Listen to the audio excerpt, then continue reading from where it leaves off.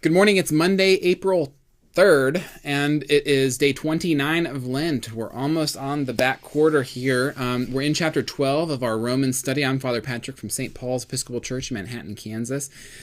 This is chapter 12, verses 9 to 21. My Bible calls it Marks of a True Christian.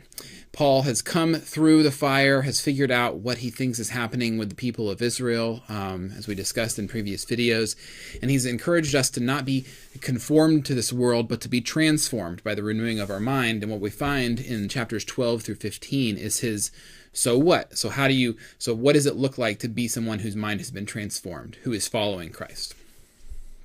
So, chapter 12, verses 9 to 21. Let love be genuine. Hate what is evil. Hold fast to what is good. Love one another with mutual affection. Outdo one another in showing honor. Do not lag in zeal. Be ardent in spirit. Serve the Lord. Rejoice in hope. Be patient in suffering. Persevere in prayer. Contribute to the needs of the saints. Extend hospitality to strangers. Bless those who persecute you. Bless and do not curse them. Rejoice with those who rejoice. Weep with those who weep. Live in harmony with one another. Do not be haughty, but associate with the lowly. Do not claim to be wiser than you are. Do not repay anyone evil for evil, but take thought for what is noble in the sight of all.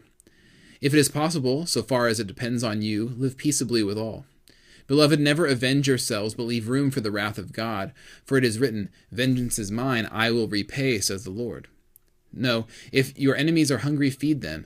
If they are thirsty, give them something to drink, for by doing this you will heap burning coals on their heads.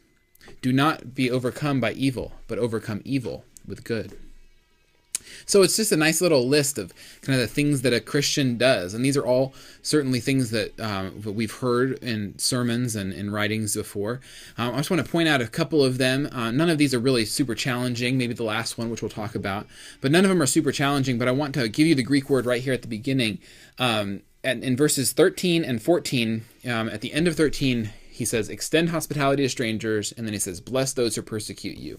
It's interesting here, there's a little bit of wordplay that we don't get in the English. When he says, extend hospitality to strangers, the imperative there, do this thing, he uses a word, dioko.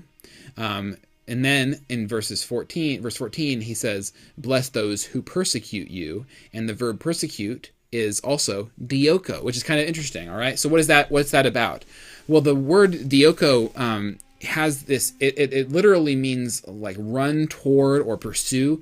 It's used in hunting language, so like run or hunt down, run it down.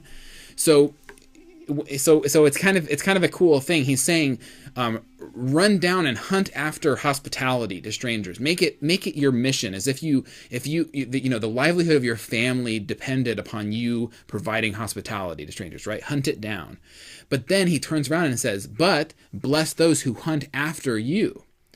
So it's the same word can be used with two different connotations. Run down hospitality, but also be charitable and bless those who are running you down.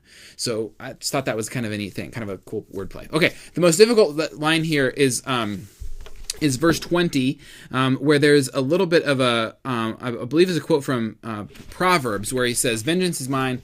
Now, if your enemies are hungry, feed them. If they are thirsty, give them something to drink, for by doing this, you will heap burning coals on their head. So basically what it sounds like is he's saying, be nice, feed your enemies, give them something to drink if they're thirsty, for by this you will heap burning coals on their heads, which doesn't sound like it makes a lot of sense. But there's some thought that possibly what this is saying is that heap burning coals upon their heads might be an idiomatic phrase. So when you get burned, you turn red, right? And so maybe it's a metaphor to kind of show, when your enemies are hungry and you feed them, or when your enemies are thirsty and you give them something to drink, it embarrasses them, right? And so their faces get red and they blush from embarrassment. Maybe that makes sense. Either way, vengeance is the Lord's, and it's not for us to persecute even those who want to persecute us.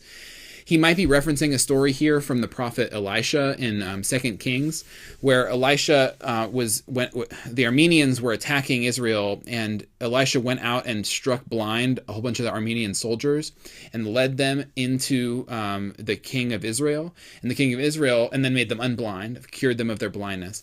And then the king of Israel said, hey, you've brought all these soldiers, should I kill them? And you would expect him to say, yeah, I mean, they're your enemies. But Elisha says, no, what you should do is you should give them a feast, throw them a huge feast, and then send them home. And so the king, being a good king, listens to the prophet of God and does this.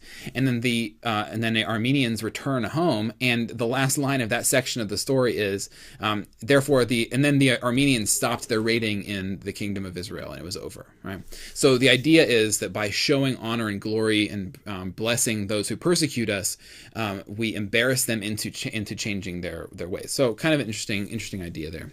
All right, so thought of the day for this Monday, this last week before Holy Week. Pursuing. What are you pursuing? Are you pursuing hospitality? Which side of the pursuing are you on? Dioko, remember our word of the day. Are you pursuing hospitality? Are you creating opportunities for people to come to know and love the Lord? Or are you pursuing others and persecuting them? This Lent, we just got a couple weeks left. Think about the times when you do both, and think about how you feel on both ends. And I think Paul would join me in suggesting that if we're going to hunt down anything, we should be hunting down hospitality and connection with one another and with God. So have a happy and a holy Lent, and we'll see you again tomorrow.